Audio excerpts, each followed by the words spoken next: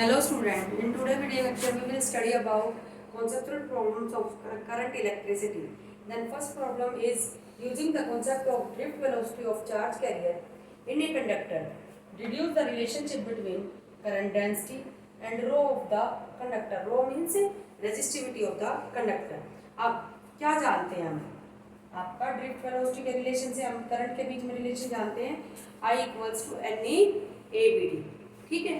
अब उसके बाद वी डी क्या है हम ये भी जानते हैं, small E capital E tau by M. और रो क्या है बच्चे? आपका रो है यहाँ पे M N E square tau. ये हम सारे कर चुके हैं. इन तीन फार्मूलों को हम जानते हैं. अब करंट डेंसिटी क्या है? करंट डेंसिटी है आपका current by area. Current by area. अब करंट की वैल्यू डाल दो इस फार्मूले से. इस फार्मूले से करंट की वैल्यू डालने के बाद एरिया से एरिया कट हो जाएगा आपका. ड्रिफ्ट वेलोसिटी की वैल्यू ये वाली डाल दो बेटा. उसके बाद आपका ये क्या है? ये फार्मूला किसके इक्वल जानते हैं हम? N E square tau by M. तो 1 बाय रो हो जाएगा क्योंकि ये रो के इक्वल है M by N E square tau. तो लेकिन इसका उल्टा होएगा तो 1 बाय रो. तो आपका क्या रिलेशन आ गया है? J equals to 1 by rho A या conductivity. Conductivity means reciprocal of resistivity is known as conductivity. अब कंडक्टिविटी इनटू इलेक्ट्रिक फील्ड. उसके बाद सेकंड प्रॉब्लम क्या है आपकी? Three materials A B and C having electrical conductivity sigma 2 sigma and 2 sigma respectively. कि तीन material हैं ए B and सी. एक की कंडक्टिविटी सिग्मा, दूसरे की 2 sigma and again 2 sigma and their number densities are. Number density means number of particles आपके कितने हैं अपॉन में वॉल्यूम. नंबर डेंसिटी मतलब बाय में वॉल्यूम. उसके बाद एन से रिप्रेजेंट करते हैं इस डेरिवेशन के अंदर. अब 2 इंटू पहले की एन, दूसरे की 2n और उससे अगले की n. तो for which material is the average collision time of free electron maximum. किसके लिए average collision time for free electron is maximum means tau किसके लिए सबसे ज्यादा होगा. हम ये फार्मूला जानते हैं sigma equals to n square by tau by m. क्योंकि अभी यहाँ भी देखा आपने कि rho equals to m by N square tau. इसका उल्टा करेंगे तो सिग्मा का उल्टा होता है बेटा 1 बाय रो रेजिस्टिविटी. ठीक है. अब सिग्मा आपका यहाँ पे आएगा तो टाउ की वैल्यू देखो क्या आई. ये आपका सिग्मा एम यहाँ मल्टीप्लाई हो जाएगा अपॉन में एन स्क्वायर. अपॉन में एन स्क्वायर सिग्मा ए क्या बनेगा? सिग्मा ए निकाल दो, बी निकाल दो, सी निकाल दो. उसके बाद ही तो कंपैरिजन करेंगे. तो sigma M by N square sigma B 2 sigma M by N E square. उसके बाद लास्ट है आपका कितना बनेगा आपका यहाँ पे सेकेंड वाले केस में. देखिए आपका सिग्मा की वैल्यू कितनी है? 2 सिग्मा और एन की वैल्यू क्या है? यहाँ पे 2 है आपका. तो एन की वैल्यू क्या है सेकेंड वाले के लिए? 2n. तो ये 2 से 2 कैंसिल होने के बाद क्या बचेगा आपका?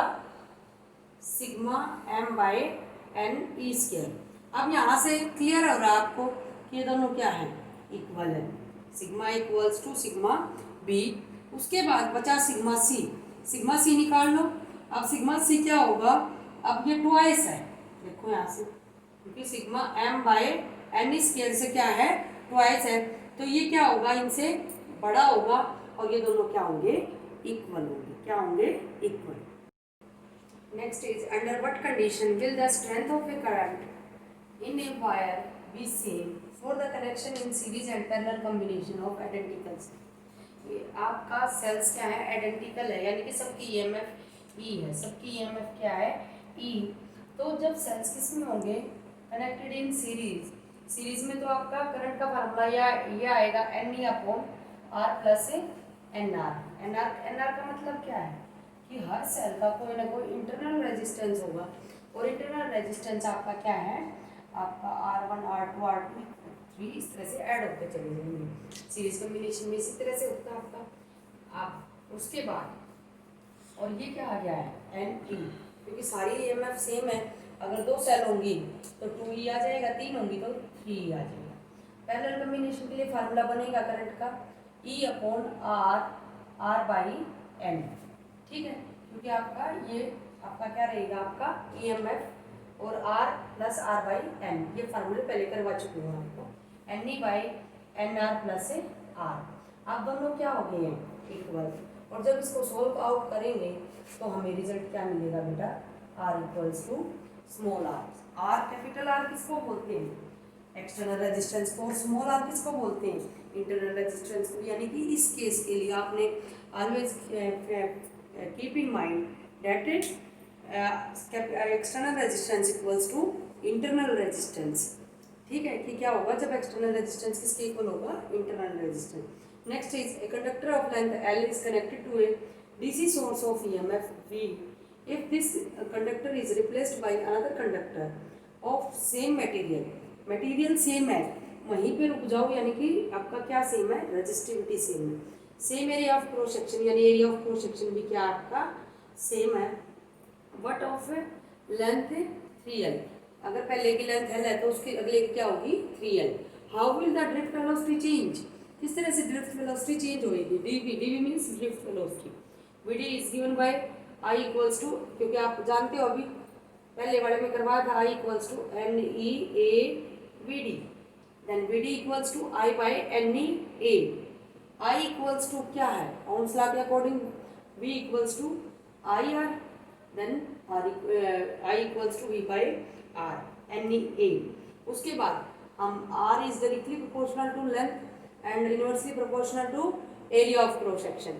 उसके बाद if we remove this directly proportional constant, then we put a constant that is rho L by A, rho L by A, then put this value and this is NEA।